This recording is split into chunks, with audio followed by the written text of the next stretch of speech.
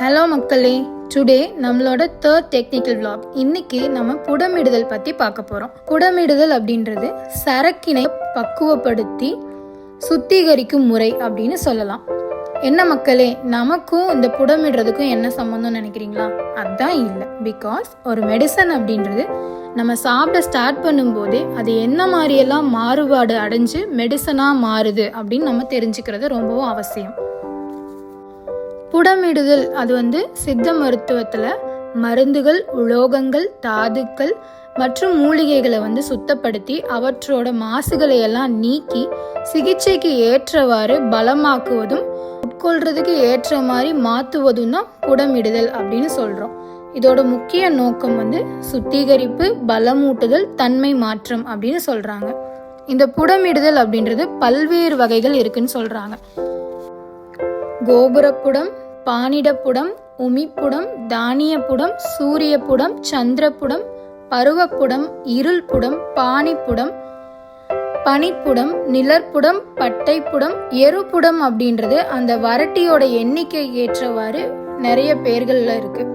காடைப்புடம், கௌதாரிப்புடம், சேவல்புடம், பன்றிப்புடம், மணல்புடம் வரட்டியோட எண்ணிக்கைக்கு ஏற்ற மாதிரி இதோட பேர் அமைஞ்சிருக்கு.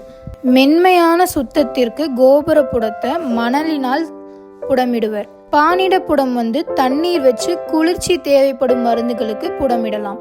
உமிப்புடம் சாம்பல், உலோக சுத்தத்திற்கு உபயோகிக்கப்படும். தானியப்புடம் நெல் பயன்படுத்தி புடமிடுதல்.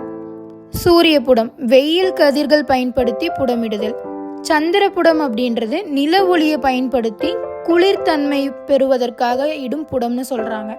பருவப்புடம் பௌர்ணமி நிலவை பயன்படுத்தி இடக்கூடிய புடம். இருள் புடம் அப்படின்றது அமாவாசை இரவில் புடமிடுதல். பனிப்புடம் அப்படின்றது பனியை பயன்படுத்தி புடமிடுதல். நிழற்புடம் அப்படின்றது ஒளி இல்லாத அறையில புடமிடுதல். பட்டைப்புடம் அப்படின்றது மரத்தூள் பயன்படுத்தி புடமிடுதல். எருப்புடம் வரட்டியை பயன்படுத்தி புடமிடும் முறை. இந்த வரட்டியோட எண்ணிக்கைக்கு ஏற்ற மாதிரி இதோடைய பெயர்கள் மாறுபட்டு இருக்கும். இந்த மாதிரியான புடமிடுதல் முறையில தான் சித்த மருத்துவத்துல பல்வேறு மருந்துகள் மருந்துகளாக மாற்றப்பட்டு மக்களுக்கு கொடுத்துட்டு இருக்காங்க.